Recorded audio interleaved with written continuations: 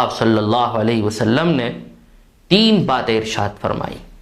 آپ صلی اللہ علیہ وسلم نے پہلی بات یہ ارشاد فرمائی، املک علیک لسانک، اپنی زبان پر کنٹرول رکھو، زبان کو قابو میں رکھو۔ اس لیے کہ کئی مرتبہ ایسا ہوتا ہے کہ زبان اگر بے قابو ہو جاتی ہے تو گناہ سرزد ہوتے ہیں اور گناہوں کی طرف چلتی ہے اور انسان کو گناہوں میں ڈبو دیتی ہے۔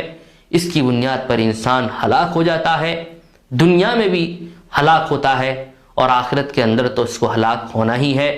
ایک حدیث پاک کا مفہوم ہے، آپ صلی اللہ علیہ وسلم نے ارشاد فرمایا کہ کئی مرتبہ ایسا ہوتا ہے کہ انسان کوئی کلمہ ایسا اپنی زبان سے نکال دیتا ہے کہ جس کا اس کو خیال تک بھی نہیں ہوتا، لیکن وہ کلمہ اس کو جنت میں لے جانے کے لیے کافی ہوتا ہے۔ اور کبھی کوئی کلمہ ایسا اپنی زبان سے نکال دیتا ہے کہ وہ اس کا خیال تک بھی نہیں کرتا کہ میں نے کیا کہہ دیا، لیکن وہ ایک چھوٹا سا کلمہ اس کو جہنم میں لے جانے کے لیے کافی ہوتا ہے۔ اس لیے زبان کو سنبھال کر رکھنے کی بہت ضرورت ہے۔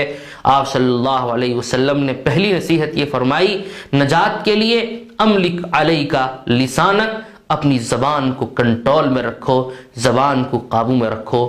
اور دوسری نصیحت آپ صلی اللہ علیہ وسلم نے ارشاد فرمائی وَلْيَسَعْكَ بَيْتُكَ، تجھ کو تیرا گھر کافی ہو۔ اس کا مطلب یہ ہے کہ انسان بلا ضرورت گھر سے باہر نہ نکلے۔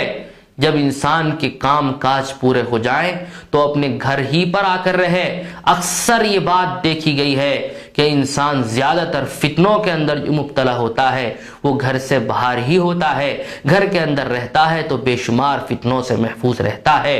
اس لیے حضور پاک صلی اللہ علیہ وسلم کی نصیحت بہت ہی کام کی نصیحت ہے، ہر ایک کو اس پر عمل کرنا چاہیے کہ انسان بلا ضرورت اپنے گھر سے باہر نہ نکلے۔